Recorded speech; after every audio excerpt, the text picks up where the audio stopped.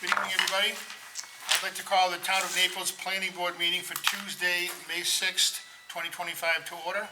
Our first order of business is to join in the Pledge of Allegiance, please. I pledge Allegiance to the flag of the United States of America and to the republic for which it stands, one nation, under God, indivisible, with liberty and justice for all. Thank you.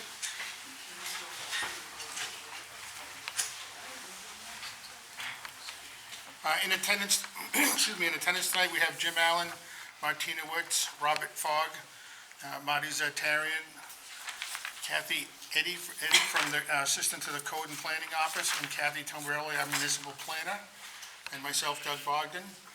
We're going to invite Marty as an alternate to be a voting member for tonight.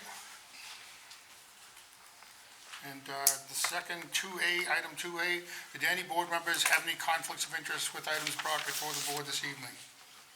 I do with item 4 when we get to it. I'll be sitting in the audience. Okay, Robert does for item 4. Thank you, Robert. We'll move on to item 3, is review the meeting minutes from March 18th, 2025.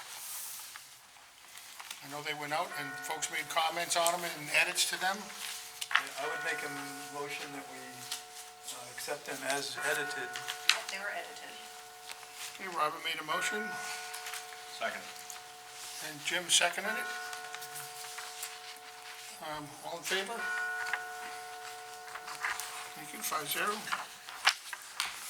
And for 4/15, April 15th.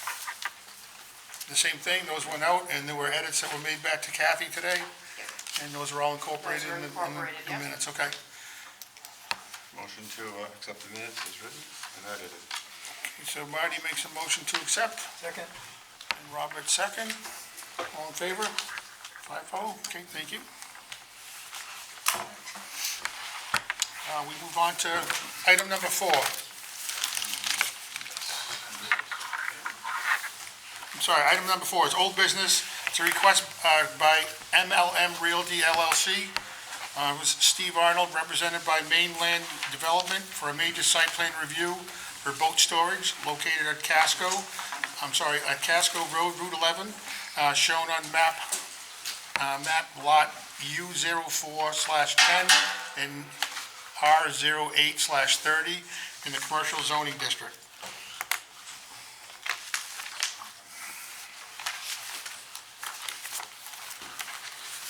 Good evening. Good evening. Thanks for everybody coming on this humid night. Jamie Garland with Mainland Development Consultants, here on behalf of MLM Realty.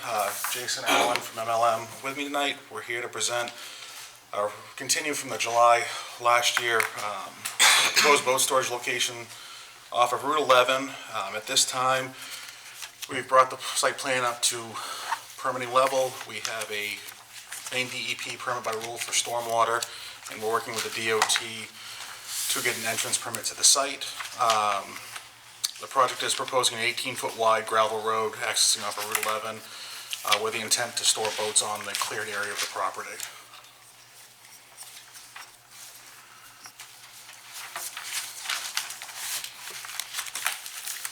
Not much has changed since the last time we were. I know it was almost a year ago, but. Almost any questions from the board? So is the intent for this to be a field with no buildings on site? Correct. The site is currently cleared in this area right here, and that's where the boat storage will take place. So no additional structures, nothing? Just going to be an open field with Open boats? field, park a boat. Shrink wrap boats, okay.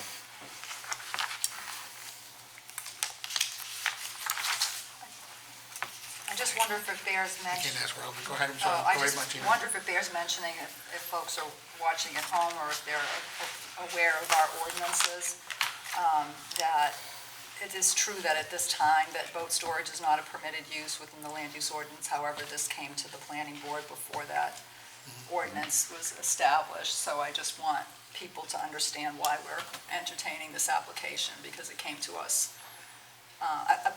actually, the ordinance passed in June. They came to us on July 2nd, but apparently their application came into the planning office before the June 11th date. Is that correct? Yes. Okay, I just wanted to make that clear for people because, again, as I said, right now, generally speaking, new boat storage facilities are not permitted. I And won't come also, back for another there's no one. provision in the That's site plan about And there's no, a right, X amount of time. There is in subdivision, but not in site plan, saying they have to come back and finalize it before X amount of months, like in subdivision. right. I just wanted to make that clear Yeah. so people understand why we're entertaining this application. I do have a couple questions. Okay. Did you have more to your presentation, or? No, it's a simple site, so I wanted to, Okay, when you came to us in July, there was a lot made of the fact that it was not going to be visible from any road. In fact, the name of the application was actually boat storage out of sight or something like that, and that's no longer part of the name. Is that because you believe it will be visible now, or is that still your intention not to have it visible? no, this site you're not gonna see. So this is the area for boat storage. The access is about 900 feet long going in. Route 11 is about a 35, I think it's 35, maybe 45 in that area. Unless you're intentionally looking down the road, you might see a boat making the turn in. The only folks that are gonna see it are the solar panel group in there. This is all gonna remain wooded in through here, wooded as well. And again, the remaining trees that are at the property line that haven't been cleared will stay. So the only way you're gonna see this is on Google Earth next year. And also, as was discussed back in July, there's not going to be any signage out on Route 11 or anything like that? Correct. No, And what about the lighting? Are There's you no doing proposed lighting. security lighting or anything? not at this point, nope, nope, nope.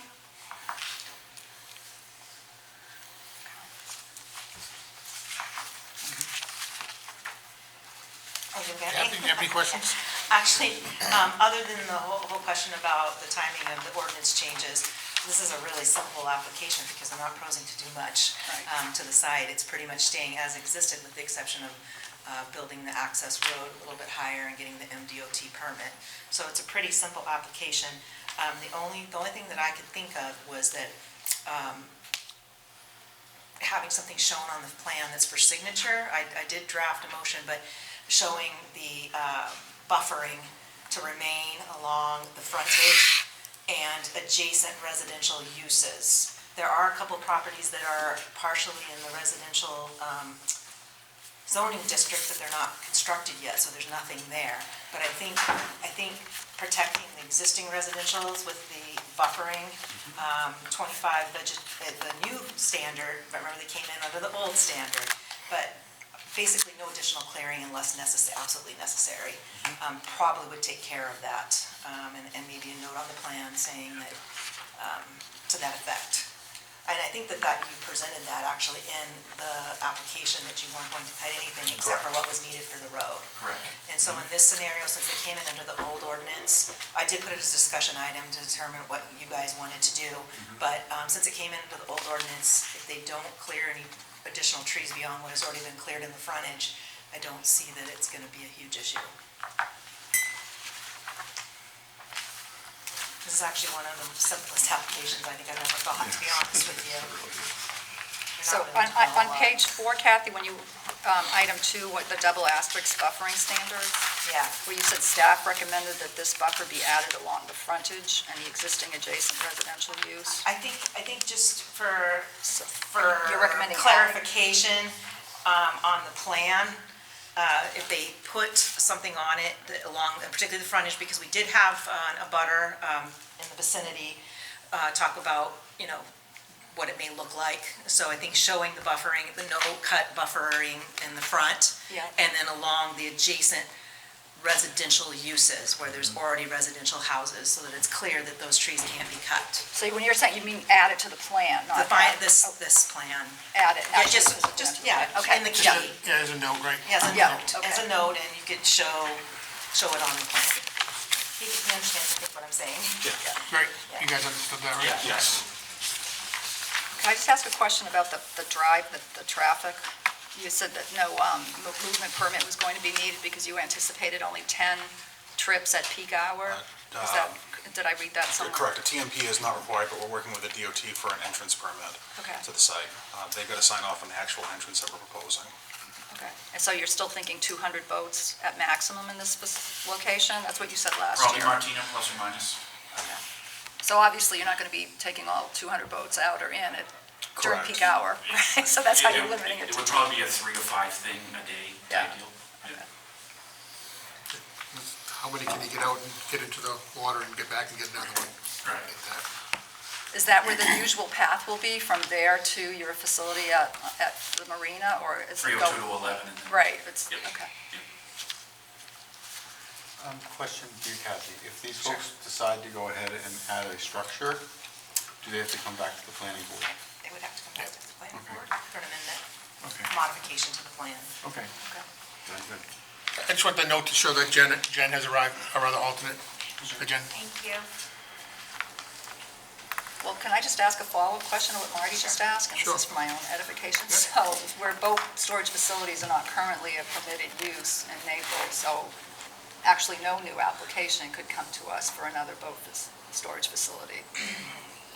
That's correct, unless there was a change to the ordinance. Right. So if there was a change that allowed for boat storage in another, in somewhere in the area Right. with buffering standards, et cetera, Right. then they could come back for an amendment. But But as it stands right now, just because. It's kind of a one stab, at the apple here. Okay, But, I mean, it is, we are accepting it, the usage. right. And my only question was, usage Well, is we're not established. accepting, well, that's what I mean, just because it's I would established take as. that back. Expansion of a non-conforming use, you could potentially use that as a foothold to do something more. But you would be under you would have to meet the new buffering standards. You guys could stipulate that it can't be seen from the road Right. and all the other things that you already did. There is the potential that you could expand it under the non-conforming use. And I would have to read that section in the ordinance to see what it allows for. But they You're would right. have to come back to the They would planning have to come board. back to planning board, That's the one. absolutely. Yeah, still- Absolutely. Yeah, okay. We're on item 4, Jen. You should get that. Yeah, thank you. Any other questions?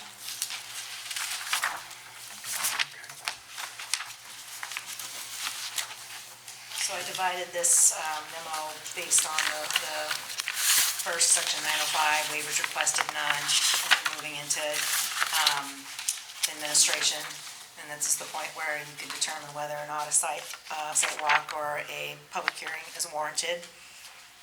So I think that's our next step, and then I've moved into completeness, and then onto your standards and criteria. Do we have to do the draft motion first from the page 3? That all the materials were submitted? Correct, given that there's no waivers, yeah. I don't feel like we need to do a site walk on this. Right, sidewalk, I don't think it's required, no. okay. Fine. Martina's fine? Yeah. So we're fine with waiving the sidewalk for that? It's not a waiver, but not holding the sidewalk for that. Or a public hearing. Yeah, I would say the same thing for the public hearing. Agreed? Yeah, all the abutters were obviously notified. Yep. Yeah. Correct. Very good. Already. Chatter on Facebook about it. All right, and do we still have to do that? I make a motion that the application is complete. Thank you, Jim. One second.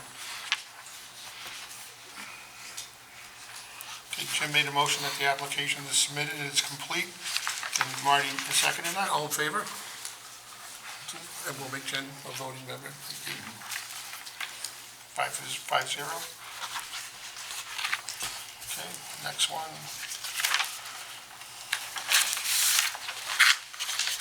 So I had some discussion items. We already talked about the use, and we already talked about the buffering standards.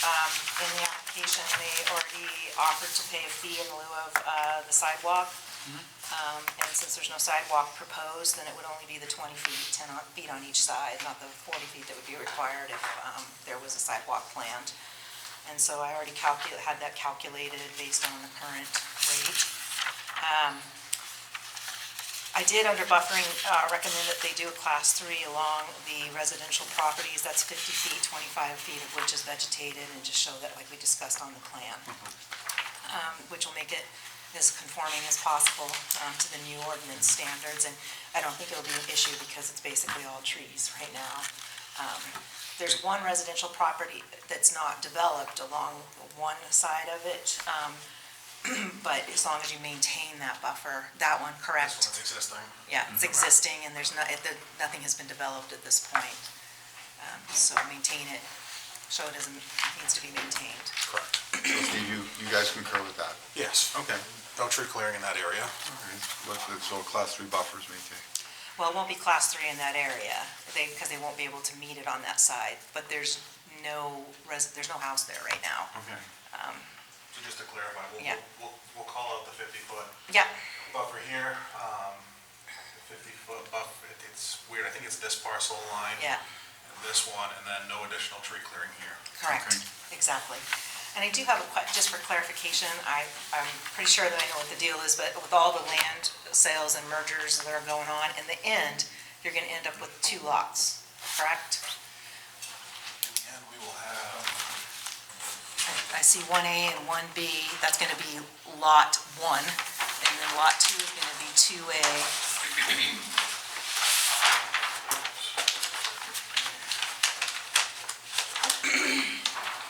There's some swapping going on.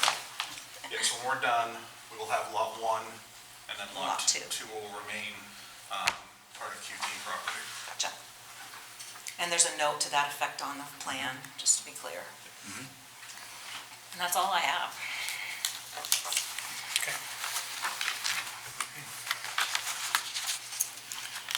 So I don't have to go through the rest of that criteria for going for the sidewalk escrow. I think we're on 908, and I just went through the criterion standards. And the sidewalks. And in the H, letter 4H on page 5, it talks about the sidewalks. Do we have to record that, or is that, Well, that would be a condition of approval, Okay. that money's Yeah, in it escrow is in the before end as a permit is condition. granted.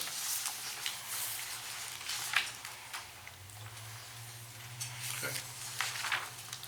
So we can go to the findings of fact. Correct. Okay. And I have draft findings of fact on page 6. 6, yep. Okay, so we'll run through the findings of fact. Sure. Okay, so for one, it says the landscape will or will not be preserved in its natural state so far as practical, by minimizing the tree and soil removal, retaining existing vegetation when and where desirable, and keep any grade changes in character with the general appearance of the neighborhood. So that they will? Will. Okay. I'm going with 5-0 unless somebody says anything. Landscaping buffering will or will not be designed to install, define, soften, or screen the appearance, and that's not applicable. Okay. 3, proposed structures will not, or not applicable, be related harmoniously to the terrain. Not applicable. Okay. Whoops, there's a typo there. Yeah. I'll check while you move on. Okay. I think In 4 got- 4, just because it says into Yeah, the vicinity, so we'll jump right, we'll call it 5.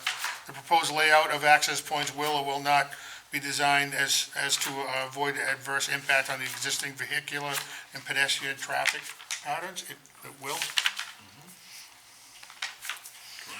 Okay, 6 is the layout and design of all means of vehicular and pedestrian circulation will or will not be safe and convenient. It will. Okay. Adequate provisions will or will not be made for surface drainage so that removal of surface waters will or will not adversely affect neighboring properties, downstream conditions, or the public storm drainage system. Adequate provisions will be made, and they will not adversely affect. Okay? 5-0. The site plan will or will not show provisions for utilities and public safety. Site plan will, Well, there are, None, but is it this- an NA? It's NA. because there's not going to be anything added to it, but except for that road entrance. Correct. Right, so there's no utilities, so it's NA, right? So, NA. okay. So we'll call it NA.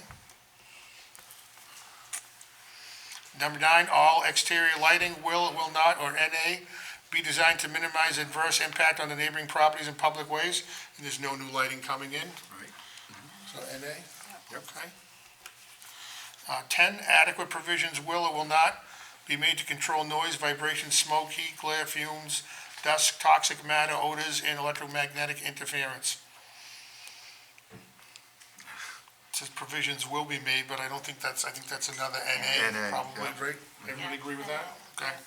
It's not applicable. 11, advertising features will or will not, or NA, detract from the design of the proposed buildings or structures. There's not going to be any proposed building structures or sign. So that's okay, 5. Okay, and 12, the proposed development will or will not, or not applicable, adhere to the sign standards outlined in the ordinance, and it's not applicable. Okay? All right.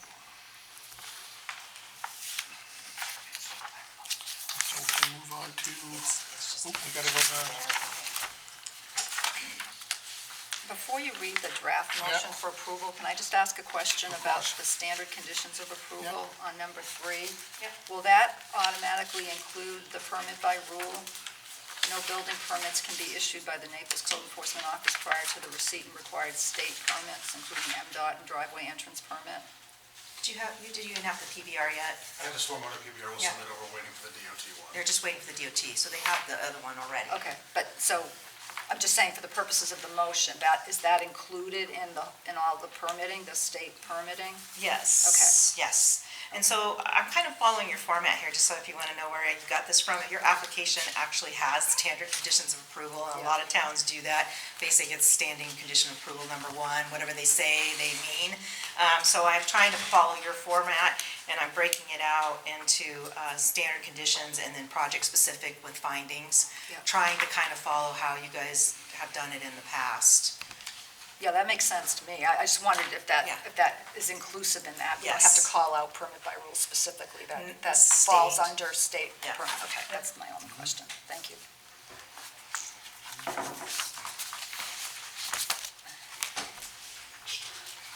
So can we do a motion to approve?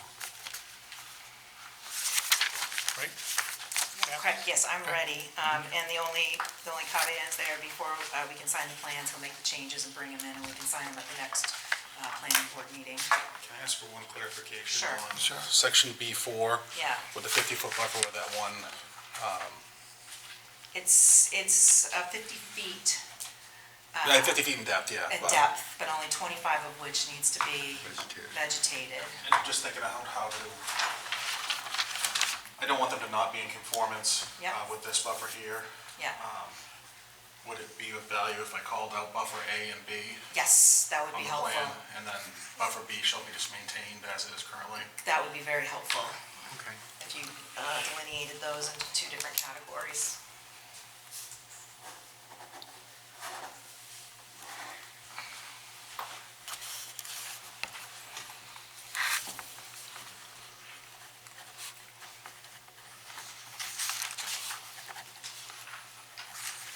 Okay, so now we can take a motion for it. Yes. I'll make a motion. Jim?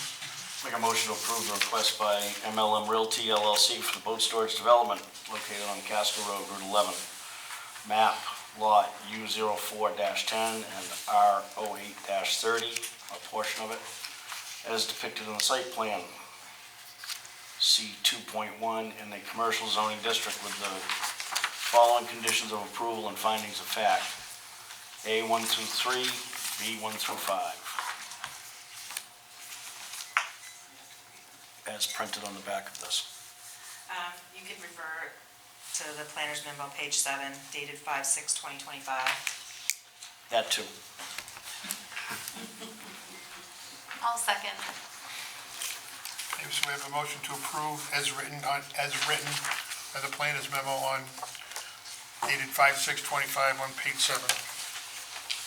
Motion by Jim and seconded by Jen. All in favor? Opposed? No, 5-0. Okay, thank you. Thank you, folks. Thank you very much. And also, if possible, could you give the chair permission to sign the findings of fact? I'd like to keep on top of those because If I don't, I'm running into 2-3 meetings ahead and I'm not done, so if that's possible. And then you'll get the opportunity to sign the plans at the next available planning board meeting. Do we need a motion for that? Nope, No. you can just, I give you my permission. Yes, go ahead, go for it. How about it? Board's permission, okay. Everyone agree on that? Yeah. Thank you. Keep things moving. thank you. Thank you, Kathy. Yeah. Robert, welcome back. Thanks.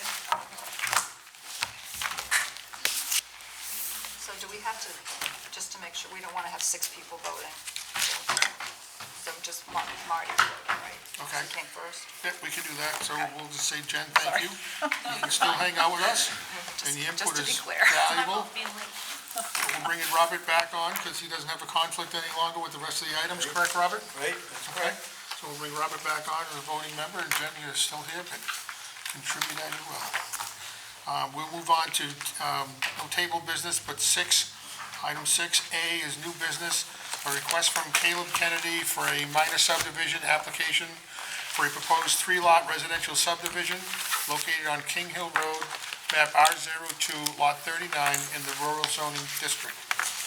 Caleb. How are you guys? Hi. So I came back a couple months back. We were here and we did a sketch plan for this application. Trying to buy a 2-acre parcel of land off of King Hill Road, triggered minor subdivision. Went through, did all the sketch plan with you guys, wanted the pre-approval before we did septic design and soil testing.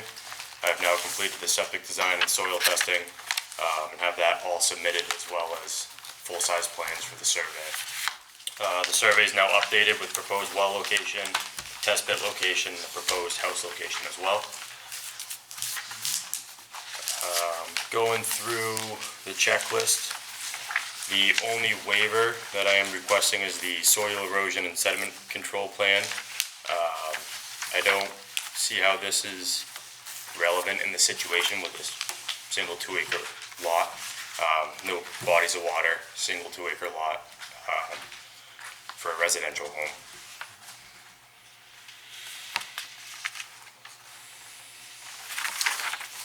Can I just ask a question about that? Sure. So even our ordinances aside, just so I'm clear, so Maine state statute says that when you're disturbing dirt on your property, you have to provide erosion control in a manner so that it's not leaving the property, so we're not waiving that. But we don't That's really have the right correct. to And I think waive there's that. a note in Right. the motion, hold on.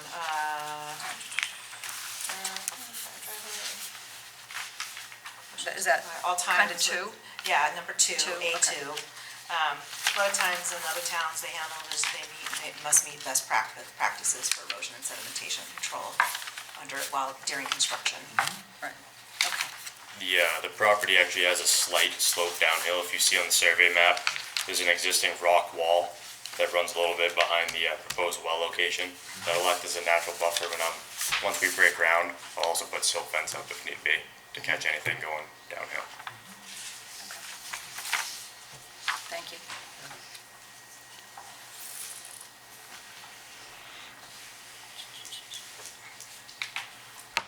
Any other questions, Kathy? I just have a comment. One thing that we've been working on with staff is the difference between minor and major subdivision, and what's going to be required and what's not going to be required. For example, the fire chief still has the ability to require water to be stored or NFPA sprinklers. But in this case, what was decided for the time being, and the ordinance gives him the authority, but for the time being, minor subdivisions, unless there's a specific circumstance where it's hard to get to, or he doesn't feel like there's enough water in the area, or he doesn't have sufficient capacity in a tanker to take care of it, that's kind of the line right now. If anybody triggers major, either by amending a subdivision, or it is a major subdivision, then either sprinklers or a cistern will be required. So that's kind of where we're holding the line right now. So in the case of this subdivision, if someone else comes and does a 4th and 5th lot, then they will have to deal with it at that time. So we've had that conversation, and that's where we sit right now for that. This is a 1-lot subdivision. He's not constructing a road, just doing a driveway. So this is a pretty low impact at this point. Okay, thank you. Which I have all of the driveway entry permits and all those permits ready after we get through tonight, I'll be sending those all in to you guys. You're not going to be the code department. Code department, okay, Bring it to me. perfect, thank you. I guess I move to grant the requested waiver for the required submittal of an erosion and sedimentation plan. Somebody's making a motion to grant the waiver. Second. Thank you, Jim. All in favor? 4-5, thank you. And we move down to completeness. Make a motion to complete submittal. Okay, Jim makes a motion that the application is complete. Second that. Okay, a second by Marty. All in favor? Thank you. Hello. We move right on to page 2 for the application for Deb. Motion to approve the application for Deb's Place, the minor three lot subdivision, residential subdivision located on King Hill, map R02, lot 39, and rural zoning district, with the following conditions and findings of fact. Have a motion for that? So moved. Jim, thank you. A second? Second that. Second by Marty again, thank you. Can I just make, just discussion? Comment? Just Yeah. make sure that I haven't read all of these specific conditions yet, and so it says in here someplace that all the permits will be in hand before B3. B3, a driveway entrance permit. Okay. Okay, thank you. Okay, fine with that, Martina? I'm good. Okay, so Jim made the motion, and Marty made the second. All in favor? 4-5-0, thank you. Thank you very much. Perfect, thank you guys. Good luck, go ahead. So Caleb, what will happen is later on, I'll have him sign these, and then I'll reach out to you. once they're signed. Yeah, and you can reach back out on all these right now. Yeah, and we can kind of hook up that way. Thank you. Yep.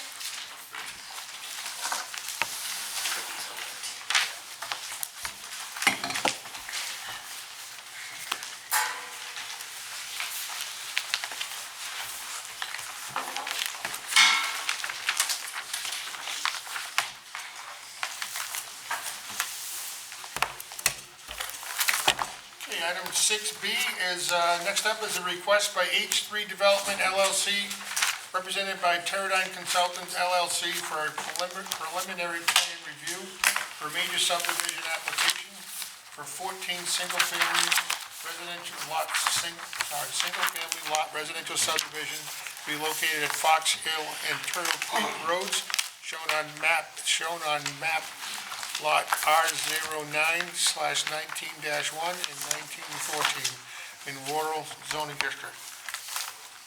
Good evening. Hi, Craig Sweet with Teradyne Consultants. The plan shown here is, as mentioned, for 14 lots. It was previously approved back in 2006 for 15 lots. This lot here at 373 was sold shortly after, and now is not part of the reapproval. Since 2006, everything has lapsed, so we're coming back for reapproval. Plans are largely the same as what was previously approved, with 1,200 feet of road from Harrison Road up to the cul-de-sac at Fox Hill, and then there's a spur off called Turtle Creek, which is about 475 feet long. The biggest changes to the plans from 2006 timeframe is that the roadway from this intersection to here, as mentioned last time, is shifted down about 15 feet. That reduces some of the wetland impacts at the stream crossing here, and the overall site from about 5,200 to 4,800 square feet. Try to reduce as much as we could. Unfortunately, up in the front, where the only area for the right-of-way is left, is the largest wetland impacts. But they're all previously approved back in 2006, and wetlands were re-updated last year by Mark Sensi, and they're all in the same spots. That brings the other change, which you did find two potential vernal pools here and right there. When he went out last summer, it was outside the scope to determine if they're significant, so we're just treating them as significant, which we've shown us some additional buffers in the lots. Under Maine DEP rules, you can disturb up to 25% with a permit by rule within the 250-foot buffer on your property. These areas hatched here with the dashed lines are all buffers. Some are stormwater buffers for the treatment, and then everything within the lots that is unbuildable within this 250-foot radius is also marked as a buffer, because that's going to be deeded undisturbed, so that way they don't go in and build where they can't for those within the vernal pool areas. The other change is that the plans now feature about 2.5 acres of open space back here, which is access off of Turtle Creek Road, which wasn't a requirement back in 2006, I believe.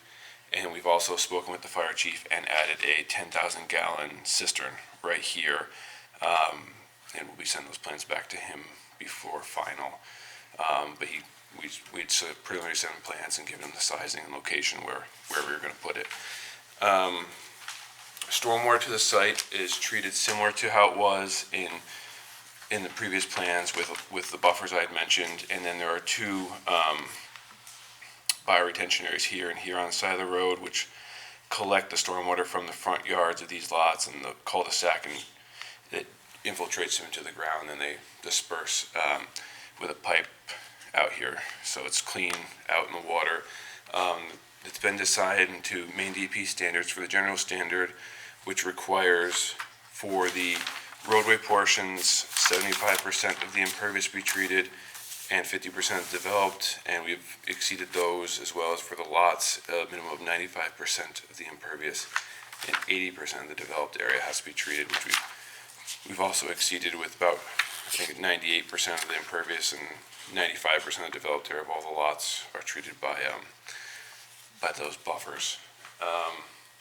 On the subdivision plan, we did show possible septic locations and the inclusion areas of where wells could be. All the homes will be treated by wells and individual septics.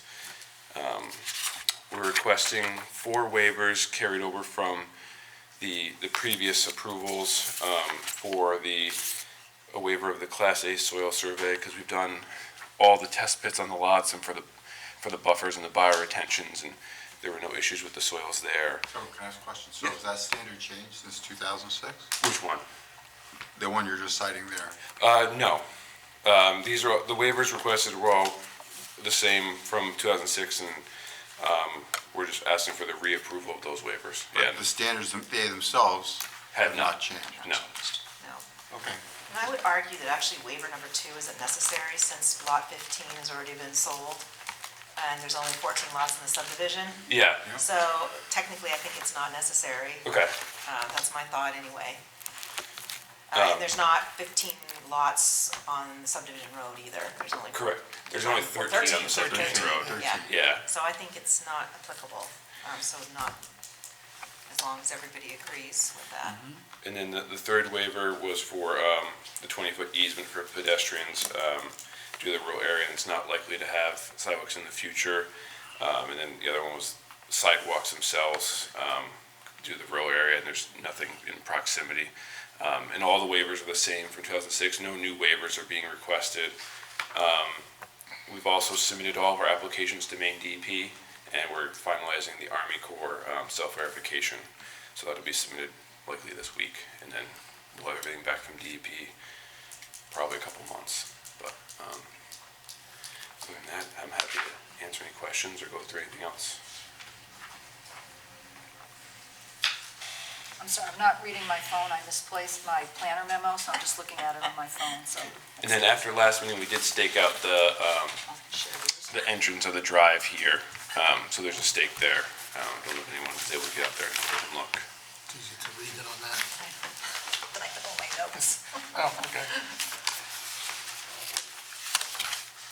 On the waivers about the sidewalk, it's not applicable to the, like, road frontage on 35.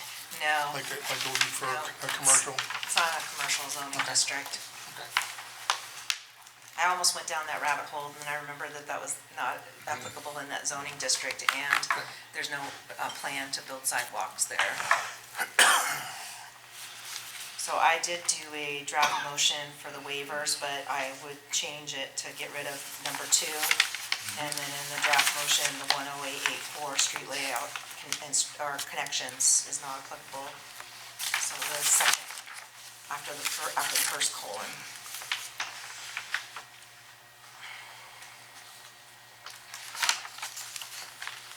Saying that one's not needed either, Kathy, the fourth one, the third one? No, the third and the fourth is needed. You still need it, because it is under straight layout, so we still need the third and fourth waiver. But just the number 2 is not needed.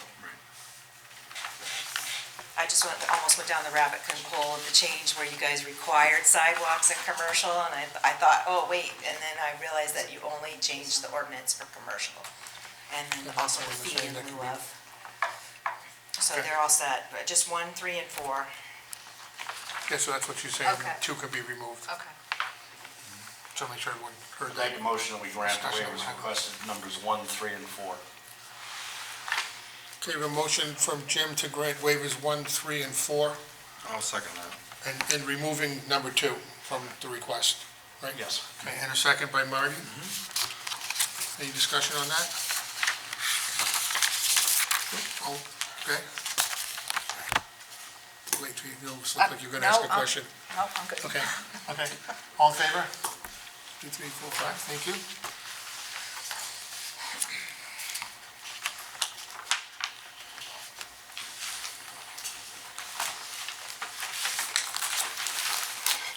That's back on this one. Yeah. Okay. So the next thing up is our completeness. Correct. And Right. tab 1 of your submittal is the checklist for major subdivision, and you've got the submittals that are required for a preliminary plan listed there. And they have submitted everything with the exception of the soil suitability, which you just waived.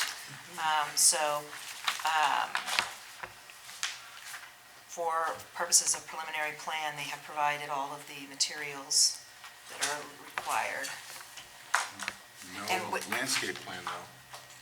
And the cost estimates aren't still outstanding? Yeah, so are you guys looking at the ordinance, or are you looking at the checklist? I'm looking at your memo. Yeah, Memo. so here's the thing, our memo doesn't really match our ordinance, and so we're gonna work on that and get our application.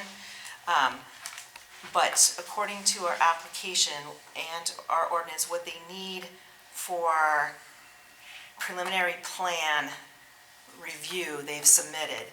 Now, under general requirements, we're gonna go through and discuss general requirements and design standards after. But as far as submittals, they've submitted what they've needed to submit to have a preliminary plan application, according to our checklist that was supplied to the applicant.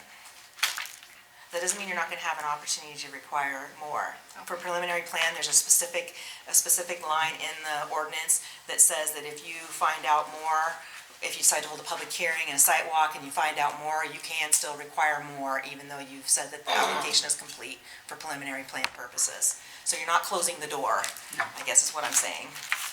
Okay. What do you mean by significantly complete? As opposed to I've used that, or substantially. yeah. You could use substantially, and that's kind of leaving is substantially complete to consider Further. but that leaves the door open Right. in case something comes back, like a DOT permit or a DEP permit, or you do the site walk and you say, oh, wait, I missed this, or, you know what I'm saying? So it Right. leaves you some room, and the ordinance does provide room for you to require additional submittals as determined by the planning board. Okay. So it allows us to move on tonight, but without saying you're done with the layout. Can we change it to substantially complete? Sure, absolutely. Are you all right with that? I just prefer the word substantially. It means something more to me in this context Yeah. than significantly. You guys okay with that? Good to change I the am. wording? Okay. Yep. So I'll make a motion that, move that we grant the above waivers. Oh, did we already do that? And that Yes. the preliminary application is substantially complete. Second. I'm writing on your memo. That's okay, sorry. If you didn't, I was going to. Okay, so it's made by Martina, second by Jim, all in favor? Okay, 5-0, thank you.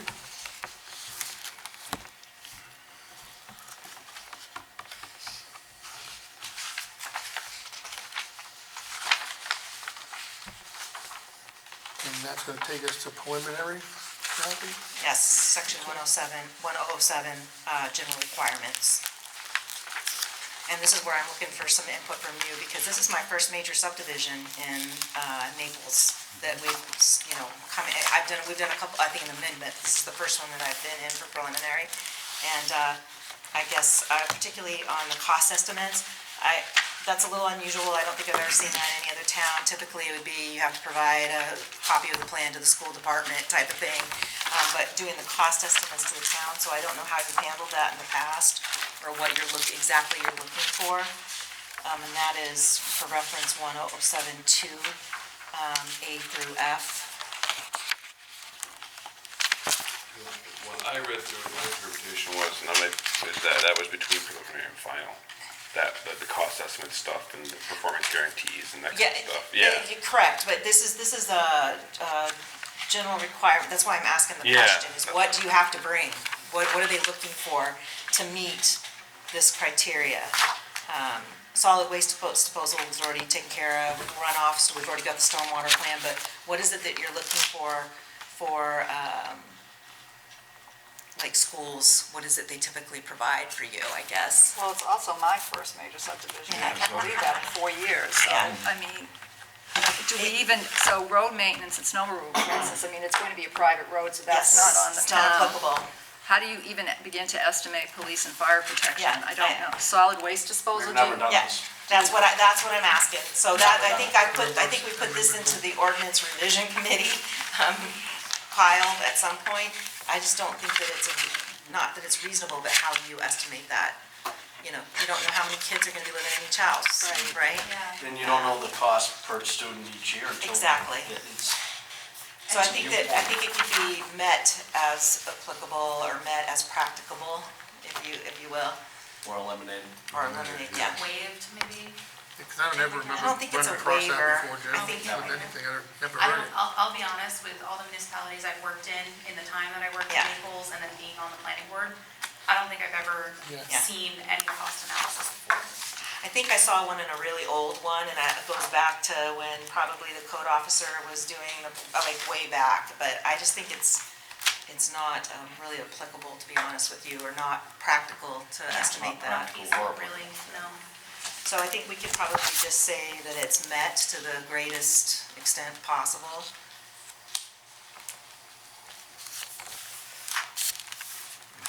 And these are all things that you don't have to decide tonight. We just want to know they need to know what they have to bring for final.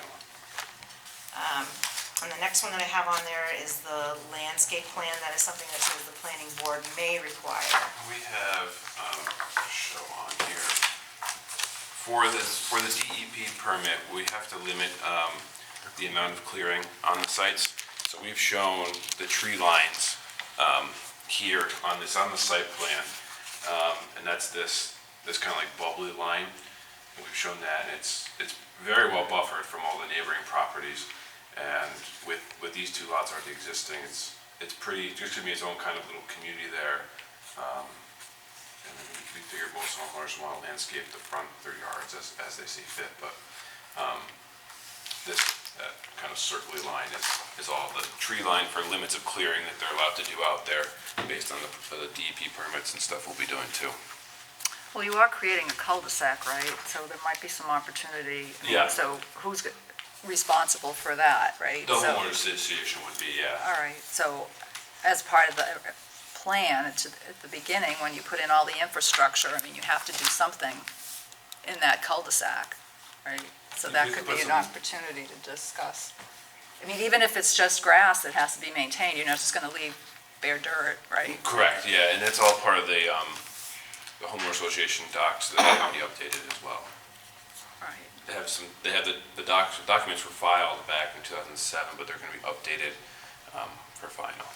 Are they going to be changed? I was very interested in that homeowners association document. They're gonna be updating them, and we'll have that, but that's what's on file now. It's gonna be pretty similar in terms of like the responsibilities. I've spoken with Kathy about adding some stuff about the dwelling units, and I've spoken with the applicants about that for the. Accessory dwelling units? Yeah. I also noticed that the way it's written right now, wouldn't even allow a shed. It only Yeah. allows a garage. Yeah. I found that interesting. Yeah, I'm gonna talk to them about updating that. But that's been updated, so I should have that soon for that, but. That was my biggest question with the homeowners documents, is it distinguishing between if they don't want to allow accessory dwelling units, but do they want to allow accessory structures like a shed or a garage? Yeah. Right. I I know didn't it see did that. specifically say, it said it allowed garage, but it didn't No, just seem like to shed. allow shed or Yeah. anything, or any other outbuilding. The other thing, while we're talking about homeowners association, there was nothing about cistern maintenance, so that would have to be Yeah, added. that'll be updated too. I don't know if this is an appropriate time to ask this question, but are we familiar with this developer at all? I mean, I tried to Google and I couldn't find anything on this H3 LLC out of Saugus, Mass. I don't think they've done much else up here. They're the same group that permitted it back in 2006, and then they started, and then they cleared it, and then I think that was about when the housing crash happened. Well, the reason I ask is Yeah. because after reading the homeowners association, so the declarant, which is the developer, seems to have a lot of responsibility until the whole thing is turned over. Yep. And so if we don't know anything about them, that gives me pause. And then the other thing was that as far as making sure that all of the stormwater infrastructure is also checked and maintained, seems to fall legally on that organization, on that entity, and yet now we still don't know anything. I just feel like we're, saying, yep, this is all your responsibility, but I can't find anything about this person. They don't even have an online presence. There's no company that I can find or anything, so that was a little odd, I thought. I can ask them to provide us some more Something? information for final, yeah, like in Okay. that. Like, what experience did they Yeah. have in maintaining stormwater systems? And I know they'll be hiring a contractor, like they're doing the buildings more, and they'll be hiring someone to do the site work around here, so, and I'll have more information on that for final. That's fine, it goes to the question of financial capacity, whether or not they have the financial capacity to finish the project. I will say it's common for developers to have different LLCs for each development. Yes, So yeah. it may just be that you can't find them under this particular name. The other thing I would say that I've seen many subdivisions that were in this situation in '06 through '08 that didn't get finished until 20 years later, just because you couldn't get the financing to do with the infrastructure. Or you couldn't come up with the money for escrow or a bond or whatever for a performance guarantee, one or the other. So this is not atypical at all for a subdivision of this age. But But certainly. these are things we want to avoid. Yeah, exactly. Right. Right, exactly. So, yeah, something to as far as their financial capacity to complete the project.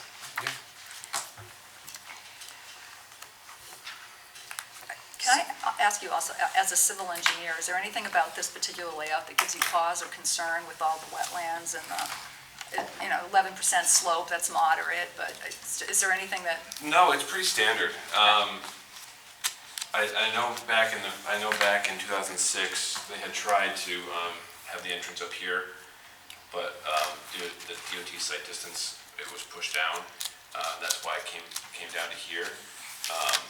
Ideally, that would be the best spot for the road, but it got forced down here by DOT regulations, I believe, looking at the history of it. and it got pushed down by DOT for visibility reasons? site distance But reasons. yet, on the other hand, now it seems to make a more complicated design for environmental reasons? Yes, yeah, and now it's pretty much the only spot left for the road at this point. But it's pretty standard. It's actually disturbing less than I've seen for stuff with this much wetlands. And I try to reduce it as much as possible going back into it.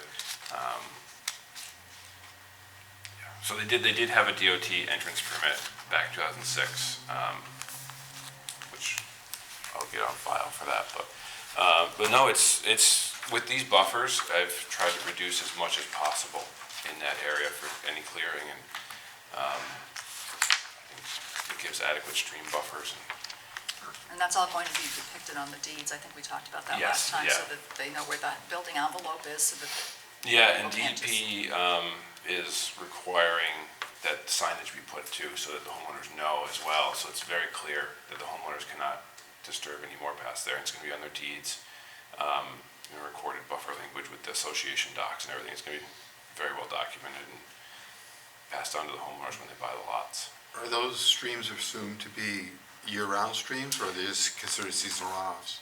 This one is, it gets pretty low, I believe, in the summer, but these wetlands don't dry up, so it flows, and it's unnamed stream.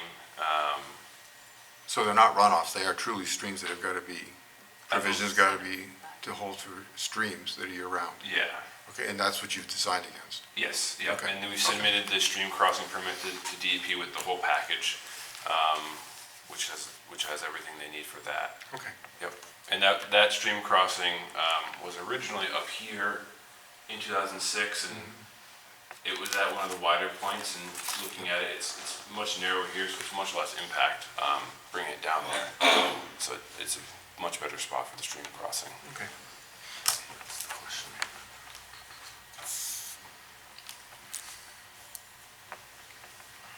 We were gonna do a sidewalk on this, right? We're getting to that in a later Okay. conversation. Sorry.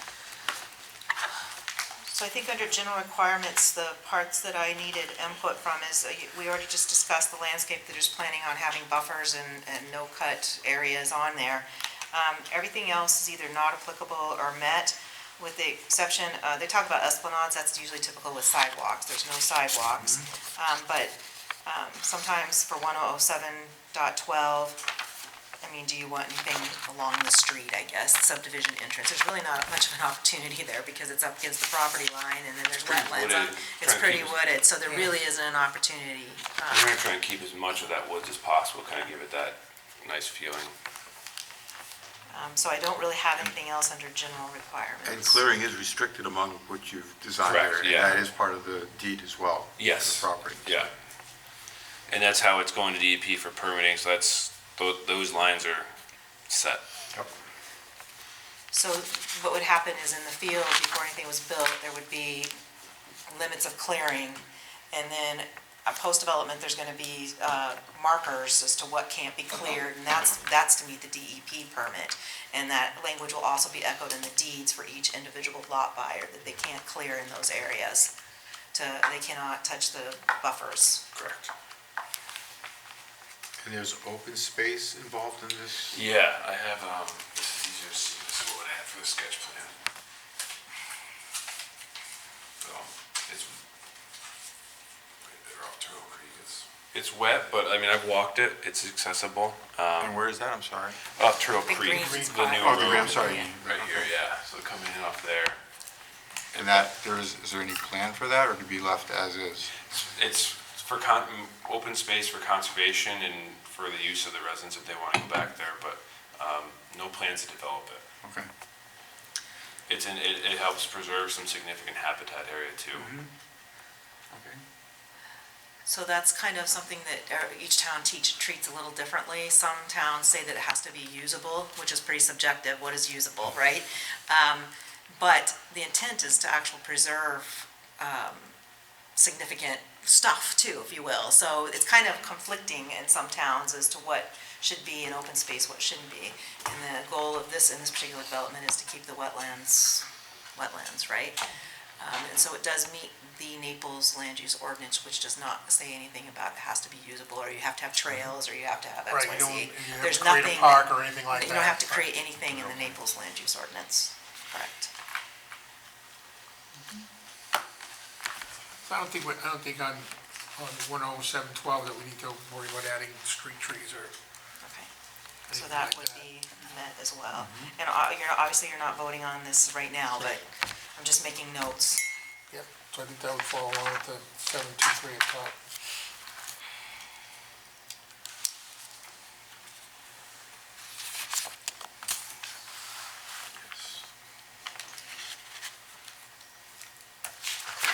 We jump to design standards. So you don't have anything highlighted there, Kathy? Well, 105A, 108.5A. I mean, road Road classification. classification, yeah. It says that you guys are the ones that, according to your ordinance, you make the determination of what the road classification is based on what's in the ordinance.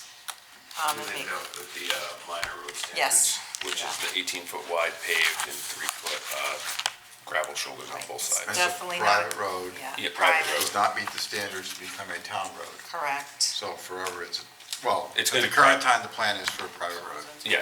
Okay. So it's obviously not a collector or arterial, but it's you guys that get to say what it is. So it's a minor street, and it's gonna remain private. At this time. Yeah. At this time.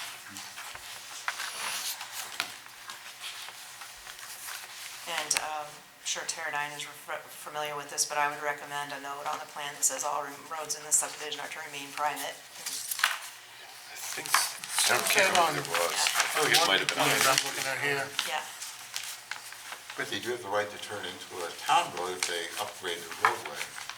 Towns really don't want to be taking roads right now. I know, Yeah, but yeah. It is technically to the town standards, but no intention of becoming a town road. It's to the town standards for minor. Right, yeah. Yes, so for minor street. But it doesn't provide connectivity, it's a dead-end road, it doesn't serve any other, the residents other than the folks that live there. So really, that should remain private, Yeah, there's no intent for it to No be intent for ever it to be- public, but, picked up by the town. That's included on the plan. yeah. Yeah. If there was a potential for future connectivity or something like that, that might be a different conversation, but there really isn't It's an opportunity developed all for around that. it, yeah. Yeah.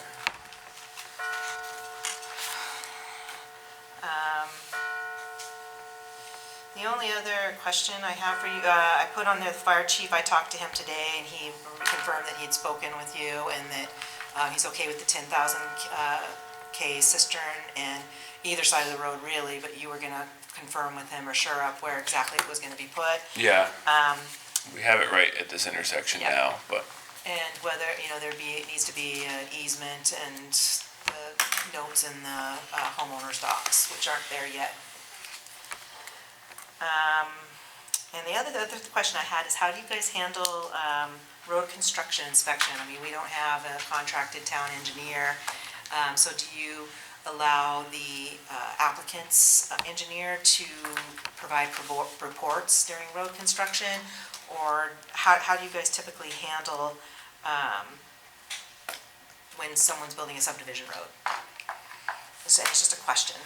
I know in two other small towns that I worked in, they would accept a report from the applicant's engineer during construction, saying it's met standards. That's all done here before in the past year, was it? Yeah. And I'm comfortable with it, particularly in this particular situation. I've worked with You're Teradyne quite a stamping bit. it that it was constructed, so. Yeah, meeting standards. Yeah. Yep. yeah, we can do that.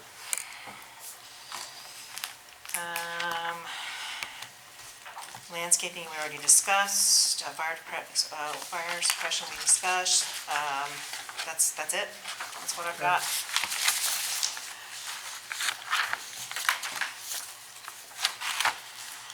You And then- mentioned something about this, maintaining the cistern, right? Yes. So that can be in the. That'll be in the Yeah. updated doc. That would be up in the updated homeowners Okay. docs. Did you not also have a question about something about how much we would want in Yeah. escrow? Yes, performance guarantees. He did provide a cost estimate for the project on one of the tabs, I think it's Yeah. 6. Six. But what typically infrastructure, road, construction, stormwater, I just wanted, you can take a letter of credit, bond, or cash, and I just wondered what the intent of the applicant was, and as well as, does that look like what you're used to seeing for a cost estimate? Can I just ask a question about that cost estimate worksheet? I don't know if it's just the weird way it printed out or what, but on mine, it looks like you estimated $30,000 for above-ground utility, and ours is supposed to be underground. I think it's just the way it printed, I think it's supposed to say Do you see how it printed out? I see how it printed, yeah, we have underground Okay. on there, yeah. So that 30,000 reflects that? Yeah. Okay. Because it didn't, I think it's underground utilities, electric, telephone, above ground, it's just kind of like a general category for electric transmission stuff. So it did print funny. Okay. And the application stated that the utilities, including electric and telephone, would be underground. And so we haven't shown the plans underground too, the transformers. So our section 109 says that we can, guarantee shall be in the form of one or more of the guarantee options listed below that will cover at least 100% of an estimated completion by a registered professional engineer. So one or more of things, and that gives you the options of a letter of credit, or actually putting cash in escrow, or a combination. I just want enough money to make sure that it's, because again, I told you, I don't know anything about this H3 LLC thing, so. Right. You don't have any provisions for phasing in the subdivision, but a lot of times what towns will do is they'll collect either a letter of credit for the entire project, and then as lots get developed and the road gets completed to a certain level, then you can release a portion of that escrow. Like, let's say you built the road to lot 6. I don't know what their intent is to go in and blow the whole thing out and do it. But the biggest thing in mind is that we don't want to have any houses built on, obviously you don't want to do final payment either until houses are constructed. So we need to make sure we have enough in the bank or a letter of credit for final pavement. But there are ways to release some of that escrow so you're not holding up this company with huge amount of money the whole time. But the biggest thing for the town is that the road is built to standard and that there's money for the cistern, and the cistern is built earlier rather than later in the project. So that you don't end up with houses that don't have fire protection just in the event that we have another 2006. Had that before. Yeah. With how close is to the road, they Yeah. put that in before they do the road most likely, but, because they wouldn't want to go back and do it and then undermine the road and do all that again, but. So that could be handled, as far as the amount, they'll come back with final of what you're proposing to do and if you guys have any thoughts on what would be required, but all three work, to be honest with you. I mean, the town can draw on all three, so we will just make it very clear in the final conditions that, the road construction needs to be complete, before, you can't be issuing permits down at the very end or that you're transferring title on lots when there's no road. And we can figure out how to wordsmith that. We need to prevent the town from being in the situation of complete subdivisions with no fire protection and substandard roads. I think we asked this last time, because this is a situation where the lots will be sold individually, and there's not a build package that you're buying. They are actually, I wasn't sure last time, they are gonna be developing all the lots except for this one. This one they'll be selling as a lot, and so on, and the rest they're gonna be putting in, houses about the size as shown here, which is about 2,000 square feet is the plan. They're working on some designs for the homes, but that's the general footprint they're looking at. So they're gonna be developing the homes themselves, yeah. They are developing. They are developing the homes with the exception of this lot. I wasn't sure last time, and I forgot to mention that earlier, but they will be developing the homes themselves, yeah. So is it typical that we get a drawing or rendering of what these homes might They look can like? provide or- elevations of the Elevations plans. They're not gonna provide everything, but Just a general idea, examples. because you're saying 2,000 square feet, that's larger than what the minimum was in the homeowners association draft that was added in here. I think that just said it had to be, what, was it 1,000? I don't know off the top of my head. Yeah, But they're revamping that. yeah, so they're, similar- yeah, I know, but that's what yeah, I, those had some pretty specific, Yeah. the type of siding and stuff, and I Yeah. doubt that will remain, but I don't know the answer to that. Yeah, I can ask, we'll get some elevations. but I think that, so the homeowners association thing also said that there's not going to be any mobile homes or double wides or something, and that, if that is what you want, then that has to be in there, because state law doesn't allow us to prohibit that unless Correct, it's- yeah, and they're gonna talk to them about adding the, limiting no accessory dwelling units as well. In this particular case, I think that's kind of important, given the no-cut areas and the amount of wetlands to Yeah, there's really limit no it to space the, for them anyway, there's really so. not room for them. Right. but it should be clear so that potential buyers don't have any other plans or ideas. Of course.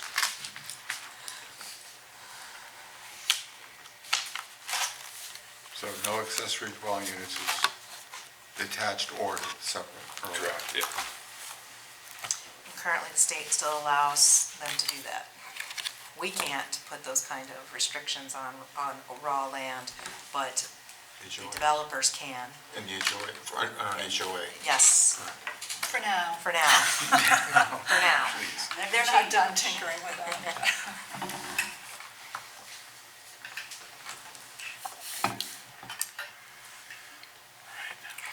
Okay, good, move on to preliminary approval then. As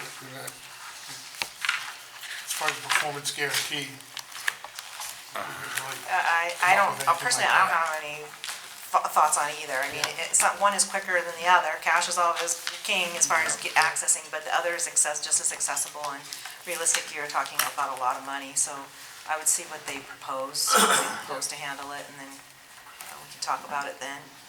And we can remove the placeholder of number 3 for any, or 4, that should have been a 4, for any other conditions, if you're comfortable doing so. Remember, this is just preliminary plan, just basically endorsing the layout concept at this point.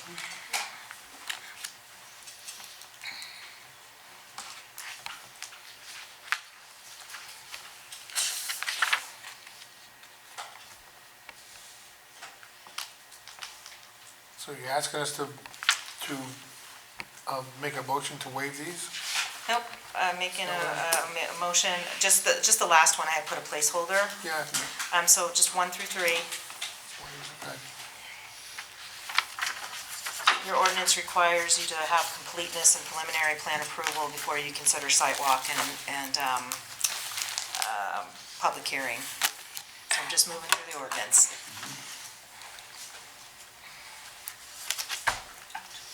Make a motion that we approve the request of H3 Development for preliminary plan review for a major 14-lot residential subdivision located off Route 35 as shown on tax map, lot R09/19-1-15 in the rural zoning district. I would edit the review to approval. That was my mistake. I only heard part of that. Yeah, say that again, Kathy? In the second sentence, it says preliminary plan review. That's a cut and paste area. It should be a preliminary plan approval. Okay. So just change that one word, Jim, from preliminary plan. Preliminary review to plan approval, yep. Thank you. The following findings of fact and conditions of approval, 1 through 3.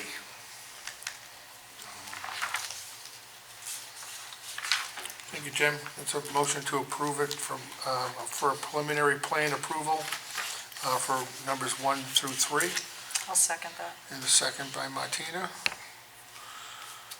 Any other discussion? No? Take a vote. Approve? 5? Thank you.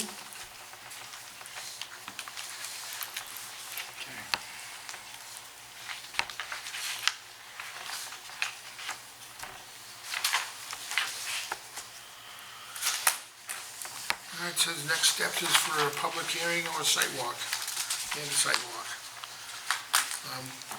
I haven't walked this property, so I'd be interested in taking a walk through. I don't know if anybody else is. Yeah, I'd like to have a site Up to a walk. walkthrough. Jim, you've probably been there before. I'll go in a second. Yep. So full disclosure, I did do a site walk the other day, and I did come across a bear right here. So the neighbor Trying to discourage us? no, I'm just my point, no. The neighbor says it does hang out there a lot. I bumped into this abutter. So I mean, I think they will probably be out there in like a month or so. I imagine they'll be moving on, but Yeah. just full disclosure, I did bump into one out there. I didn't actually see it, but I heard some growling. So, and then I wasn't sure what it was, and they was like, "Yep, I got bear on my game camera there." So. No wonder why you don't want to go the second time. There's a lot of bugs coming out right now, too. Yeah, I would imagine that there are. And we probably won't be back for a few months, just considering we're waiting for the DEP final, so, we've got some flexibility for sidewalk Okay. stuff. When do you anticipate that We submitted DEP this week, so I'm guessing end of summer till we hear anything from them. They're supposed to, it takes 15 days from review for completeness, and they're supposed to have 90 days after that. But they're very short-staffed, and it's been running longer. Yeah. So your intention is not to come back until you have the permits in hand? I think that's what what we need, right? Yeah. Yeah. I mean, we definitely prefer Yeah. that, these open-ended, you know, Because they can't do anything until they Can't have do the anything permits in until you hand. have it. So, so our submittal deadlines are 30 days before, so if we knew 30 days before, then we could, if these guys are okay with that, we could schedule it for before the meeting that you're Yeah. planning on coming to. That when we get your application, we know you're ready. Yeah. And then we could schedule it, and I could send out an email and let them know. I think, yeah, that's gonna be our longest wait item is DEP to Yeah, come I back to think us. so too. We hold a public hearing at that. At that, yeah, advertise and schedule it and notify abutters that it's a public hearing. And that 30 days gives us time to do that because our submittal deadline is 4 weeks in advance.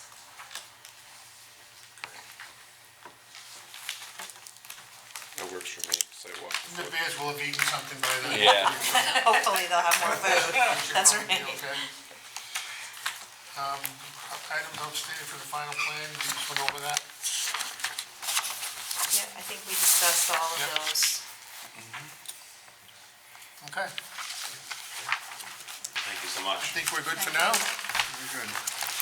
We'll see you, See you in a few months probably. yeah, probably. Okay. Hopefully you get a speedy turnaround. Hopefully, I haven't had good luck lately. Never mess. A lot of times it's, you get to 90 days and we ask them for extension. Yeah. Then they usually pop, so. Thank you.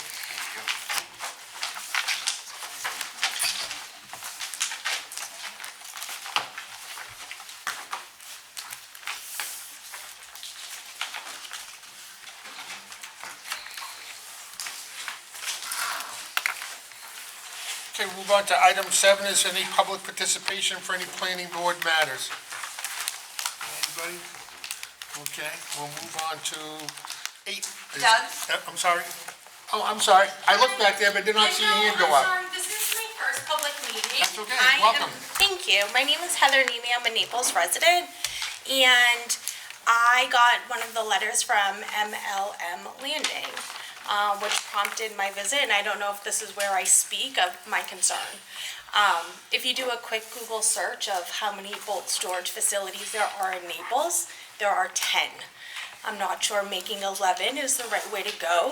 I personally feel it looks kind of junky, especially when you come into every which way of Naples, there's boat storage. I am all for businesses, I'm all for Naples thriving, but that is just my concern as a neighbor. It's just the look of it, what Naples is now becoming. But yeah, that's just my concern, my 2 cents. Okay. And it's very clear that they're buffering that, so it's not gonna be visible.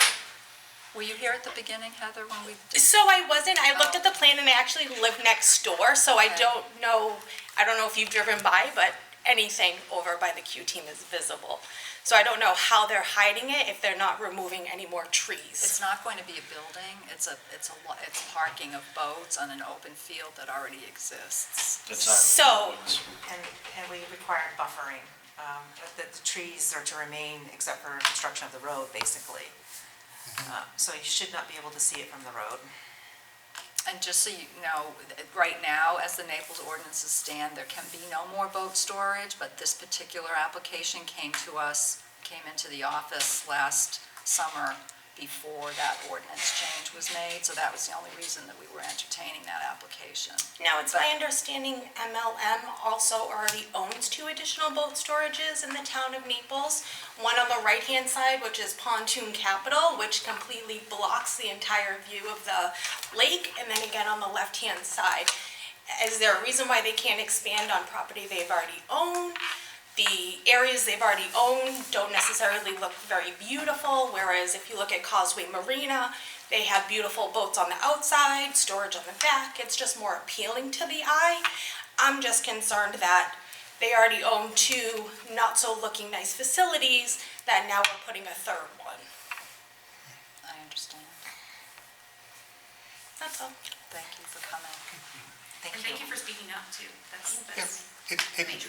What we've heard is that one of the facilities on the Brandy Pond side, right across from the supermarket, is hopefully going to be used for something else other than boat storage, but that's what we've heard, and that they're moving those boats to this other facility. That is leased, correct? I mean, Yes. that's rented, so Yes. if they don't own that, so if the property owner decides to develop it to something else, they would have to move those boats, so. Thanks. Come anytime you like. We'll always listen to what folks have to say. I appreciate it. Absolutely. Thank you. Anybody else? I had a question, actually. So that, talking about the boat storage thing, so as was pointed out in the note from Kathy, so we don't have a limit on site plan review as we do with subdivision review, and I wonder, as far as time period goes, or on subdivision review from the sketch plan, you have to take some action within 6 months, but on site plan, it's just open-ended. Do we want to change that, or are we okay with that? Because that could be something we could bring up to the select board to give the ordinance review committee direction to change that, so that there's a limit.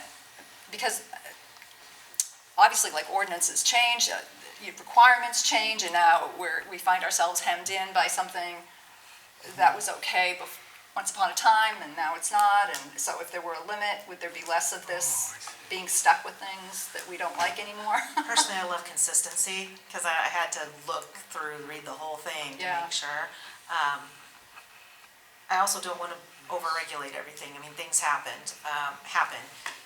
You also note that I mentioned that it might be something that as we move along in our comp plan that we might want to revisit. Is there a commercial one and a commercial two? And if you can't see the boats from the road, maybe it's something that you want to allow in the future in a different area other than the 302 major corridor coming into your town. So that's all, but I think that definitely looking at potentially adding 6 months, after they come to the sketch plan, pre-application, that they need to come back, and if they don't, then it's do-over. Part of the problem with that, Yeah. Kathy, is getting companies to work on your application for you. Everyone's buried right now. Yeah, it's hard. 6 months is So- hard to meet right now. And I think also 6 months might be a little too strict in some of the situations, like the DEP permitting. Yeah. I mean, that doesn't give them a whole lot of turnaround to. Right. I think we should. If they I do- agree. My big thing is if they do have to make significant changes to the plan to meet Yeah. DEP's requirements, because I've definitely seen plans like that. They don't have a lot of time to work their engineers to then, anywhere between 90 days to Yeah.